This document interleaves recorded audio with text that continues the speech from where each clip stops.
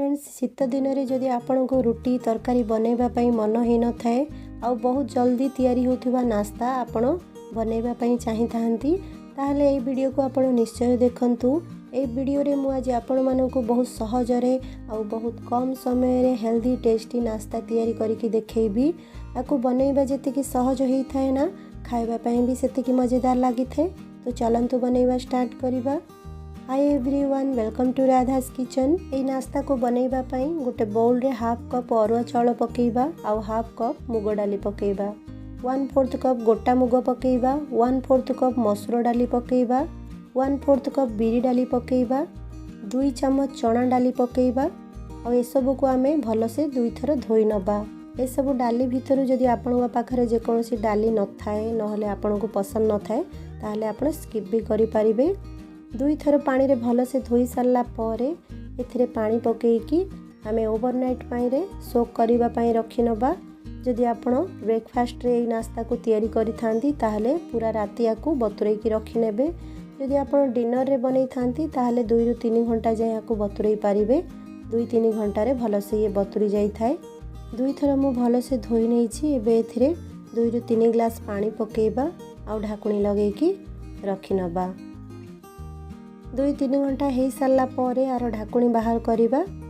3 घंटा पर आपड़ ये देखी पारुथिबे पूरा डाली भल से बतुरी जाइछि, फुली जाइछि आ सॉफ्ट भी हो जाइछि। ए भली मिक्स डाली को जदि आपण नास्ता तैयारी करी खाइबे ना तो बहुत हेल्दी होता है, शरीर ପାଇଁ भी बहुत फायदा होता है। पिला माने भी बहुत पसंद करि थांती ए भली नास्ता। तो आपण घरे जरूर ट्राई करंतु। एबे डाली को आमे ग्राइंडर जार रे छाणी की पकेई नबा। तापर एथिरे अल्प पानी देकी स्मूथ बेटर तैयार करि नबा। एबे एथिरे फ्लेवर पाई रे किछि कंचा लंका, 4 ରୁ 5टी रसुण आ 1 इंच रे अदा को मु काटी की पकेई नै छी। अल्प अल्प पानी देकी आर गोटे स्मूथ बेटर तैयारी करिबा। बेटर को बेसी पतला किंबा बेसी मोटा करिबानी, सेमी थिक बेटर तैयारी करिबा। एबे एथिरे किछि वेजिटेबल्स ऐड करिबा, माने किछि परिबा पकेइबा। मु एठी आधा कप चॉप हेतिबा प्याज नै छी, आधा कप बंदा गोभी, किछि गाजर को ग्रेट करके नहीं छी, किछि धनिया पत्र को नहीं छी काटिकी, आउ किछि कंचा लंका को काटिकी नहीं छी, आउ गोटे टमाटो को छोट छोट काटिकी नहीं छी। आपण चाहिले एथिरु वेजिटेबल्स कम नहले बेसी भी करि पारिबे। जदि आपण को एथिरु किछि वेजिटेबल्स पसंद न थाए ताहले स्किप भी करि पारिबे, नथिले आपण को पसंदर वेजिटेबल्स एथिरे ऐड करि पारिबे। एबे एथिरे आधा चम्मच जीरा पकेइबा और आधा चम्मच जीरा पाउडर पकेइबा। स्वाद अनुसार लूण पकेइबा और ये सब को आमे भल से मिक्स करि नबा। एई नास्ता बहुत हेल्दी हेई थाए, पिला माने खाइले बहुत भल लागि थाए, टेस्टी लागि थाए। जे पिला माने वेजिटेबल्स खाई न थांती, माने किछि परिबा खाई न थांती ताहले से माने को एई भली नास्ता तैयारी करी आपण खुआई पारिबे। पिला माने बहुत मजा नै कि खाई थांती, टेस्टी लागि थाए से माने को। देखंतु मु एठी भल से बेटर को मिक्स करि नै छी। एबे एथिरे 1/4 चम्मच बेकिंग सोडा पकेइबा और अल्प पानी पकेइकी भल से मिक्स करि नबा।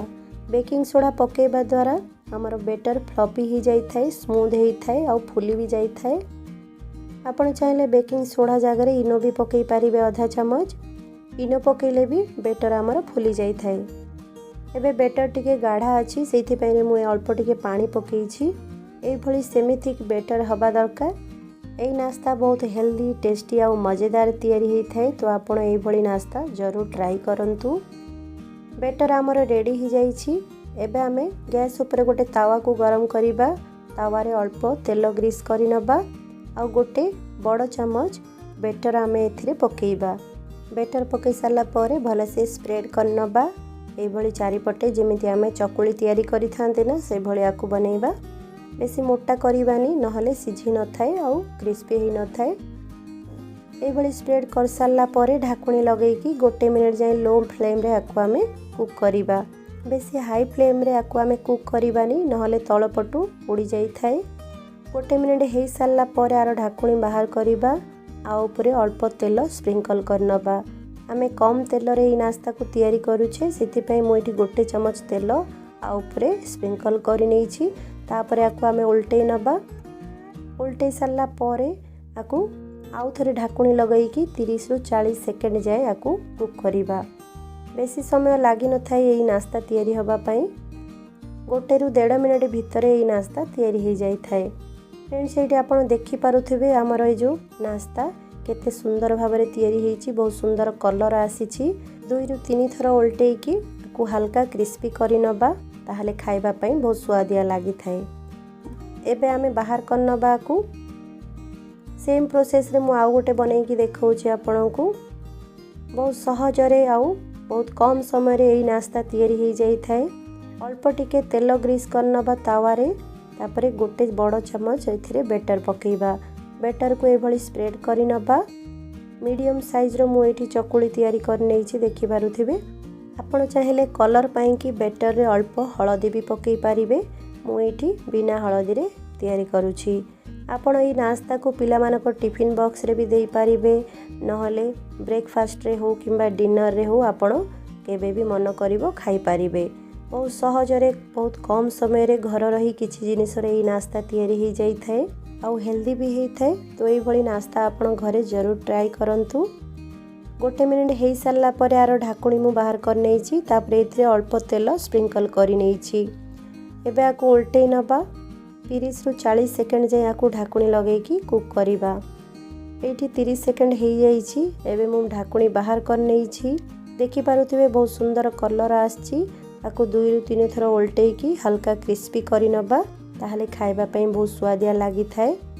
तो फ्रेंड्स एई भली नास्ता आपण घरे जरूर तैयारी करंतु खांतु आउ केमिति लागिला हमकू कमेंट सेक्शन रे लिखिकी जणांतु। फ्रेंड्स यही नियंतु हेल्दी टेस्टी चटपटा और मजेदार नास्ता रेडी हो जाइए सर्व करबा पई। आकु देखिया पई जेतिकी भल लागि थाए खाइबा पई भी सेतिकी मजेदार लागि थाए। बहुत कम समय रे घर रही किछि जिनिस रे नास्ता तैयारी हो जाई थाए। एई नास्ता को आपण गरमा गरम खाइबे ना तो बहुत स्वादिया लागि थाए। आपण एई नास्ता को दही संगरे हो नहले ग्रीन चटनी संगरे हो नहले टमाटो केचप संगरे खाई पारिबे नहले खाली एमिति भी खाई पारिबे। वीडियोटी भल लगिले वीडियो को लाइक शेयर जरूर करिवे और एमितिया नुआ नुआ रेसिपीज देखिबा को हेले हमर चैनल को सब्सक्राइब करि नेबे।